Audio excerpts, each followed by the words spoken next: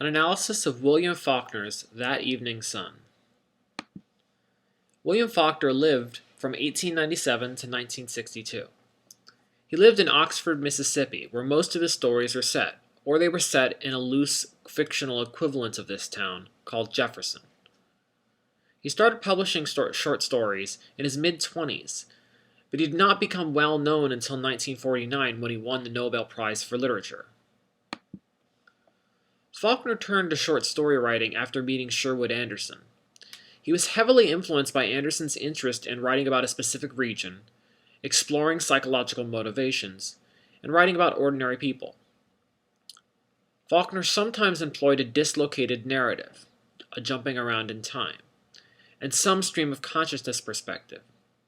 He also tried to employ realistic dialogue, including the use of idiom or racial and regional dialects. That Evening Sun was published in 1931.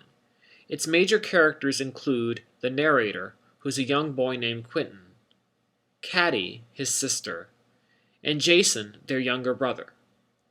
Nancy is the African-American maid who works for their family. Nancy's husband is named Jesus, the name of the Christian Messiah.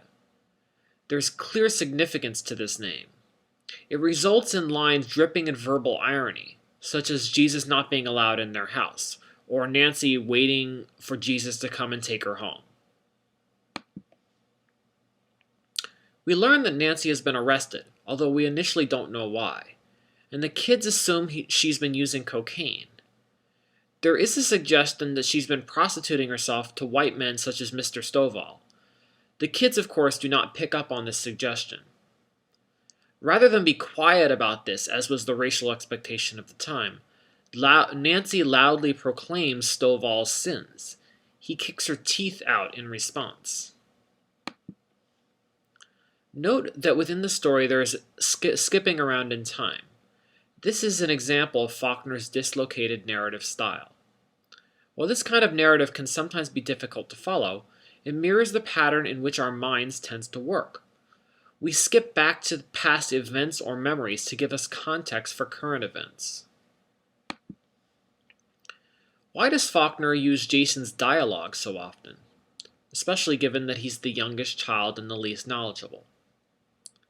The two most significant uses of his dialogue are when he first says that he wouldn't be scared on the path, oblivious to the conversation that his father and Nancy are having. This conversation reveals to us the true nature of Nancy's activities. Secondly, when he becomes intrigued by defining who is a racial slur and who is not, he seems unaware of the significance of that racial slur. Why is Nancy described as not herself? We see this description used in both the cabin scene and when she makes that sound at the end of the story. One could argue that Nancy is being presented as an otherworldly figure, making her less sympathetic. This perspective is somewhat indicative of the perception these young kids have of her. One could also argue that Faulkner is employing an age-old stereotype about blacks as mystical and potentially demonic.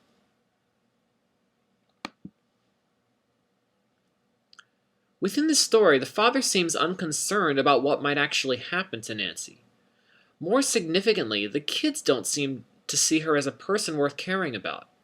Even Quentin, the oldest, only asks, "Who will do our washing now, Father?"